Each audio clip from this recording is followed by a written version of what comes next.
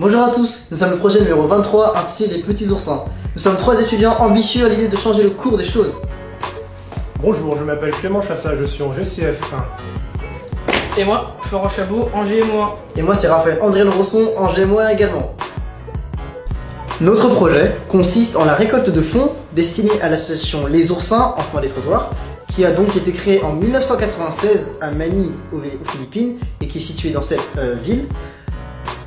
Cette association a créé la première ludothèque au monde destinée aux dizaines de milliers d'enfants qui vivent dans les rues à Manille.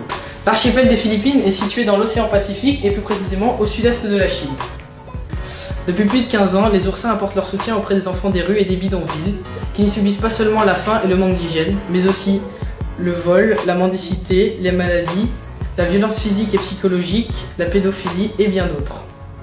Les oursins offrent à ces enfants les moyens de se reconstruire, de penser leurs blessures et de choisir leur avenir. Ils le font notamment par le biais de la ludothérapie, autrement dit par les jeux et les activités artistiques et culturelles.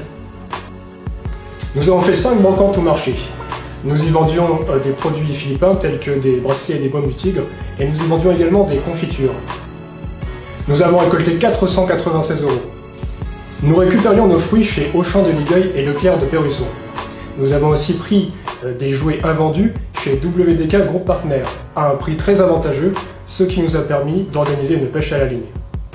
Toutefois, nous avons besoin de nouveaux moyens de financement pour fournir une aide plus importante aux oursins. Maintenant, la phase 1 est terminée, avec les brocantes, les marchés, etc. Maintenant, place à la phase 2.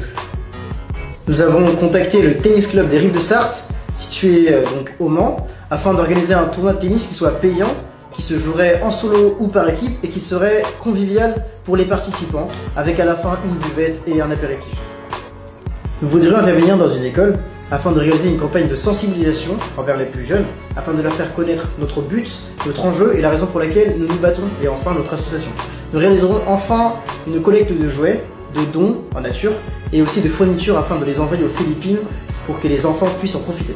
Politique de communication, nous avons créé une page Facebook sur laquelle nous avons décrit nos journées lors des brocantes.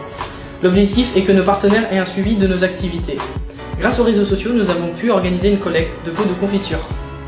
Nous remercions tous ceux qui nous ont aidés pour la phase 1 du projet. Pour les premières années, sachez que le plus grand obstacle sera vous-même.